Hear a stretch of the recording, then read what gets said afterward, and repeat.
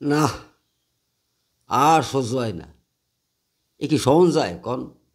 প্রত্যেকটা ব্যাপারে মাননীয়া কোর্টের দ্বারস্থ হইতাছে, আর একের পর এক কোর্টের তিয়া থাপ্পড়ের পর থাপ্পড়, থাপ্পড়ের পর থাপ্পড়, থাপ্পড়ের পর থাপ্পড় খাইতাছে, তবু কোর্টে যাইতেছে।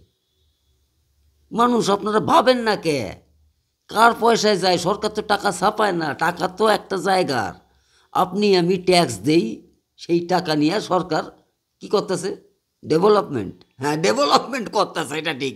কইটে যাইয়া কাগো উকিলকো বাঘা বাঘা উকিল দাঁড় করায় দিচ্ছে বিভিন্ন কারণে। আর সেখানে যে একের পর এক থাপ্পড়।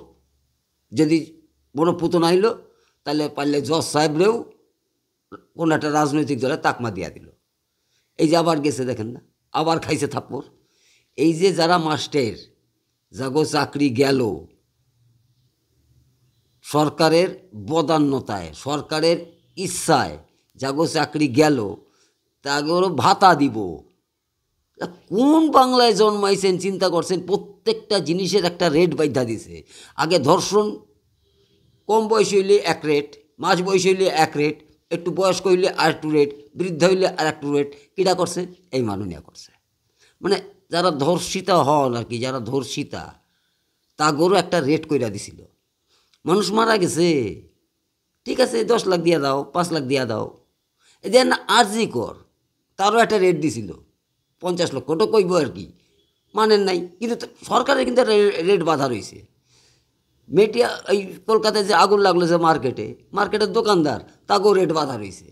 আবার এই যে মাস্টার যাকে চাকরি চলে গেছে, তাকেও রেট বাধা দিচ্ছে। মানে গোটা পশ্চিমবঙ্গের সকলেরই একটা রেট বাধা আছে। সাধারণ ঘরের মাইয়ারা, আপনার গো একটা রেট বাধা আছে। রেটটা একটু বাড়ে অবশ্য, 500 থেকে 1000 হয়েছে, সামনে বিধানসভা আইতেছে, হয়তো ওটা 1200 বা 1500 হইতে পারে। রেট বাধা আছে।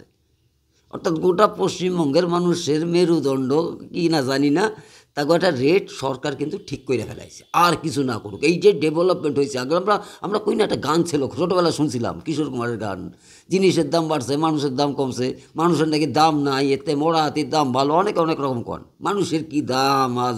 এই তো মানুষের কোনো ভ্যালু নাই। কেন বলছে ভ্যালু নাই? দেখেন মাননীয়া কিন্তু এই মানুষের ভ্যালু তৈরি করে দিছে। ধর্ষণের কেস থেকে শুরু করে, এই আরজি করের কেস বলেন, ডাক্তারের কেস বলেন, মারা যাওয়া বলেন, স্কুল মাস্টারদের চাকরি যাওয়া বলেন, কোলাম কুচি টাকা, সাধারণ মায়া গো। আবার যদি কেউ 18 বছরে তার স্বামী মারা যায় আর কি, অর্থাৎ কচি অবস্থায়, তো যদি তার বিয়া হয় আর কি, শখ কইরা বিয়া হয়, তো অনেক সময় পলায় যায় মায়া মানুষ। ছেলের সাথে প্রেম প্রীতি পলায় গেছে, ধরেন 17 বছর বয়স, 18 বছর, 100 বছর ঘর করছার, তারপরে মারা গেছে স্বামীটা।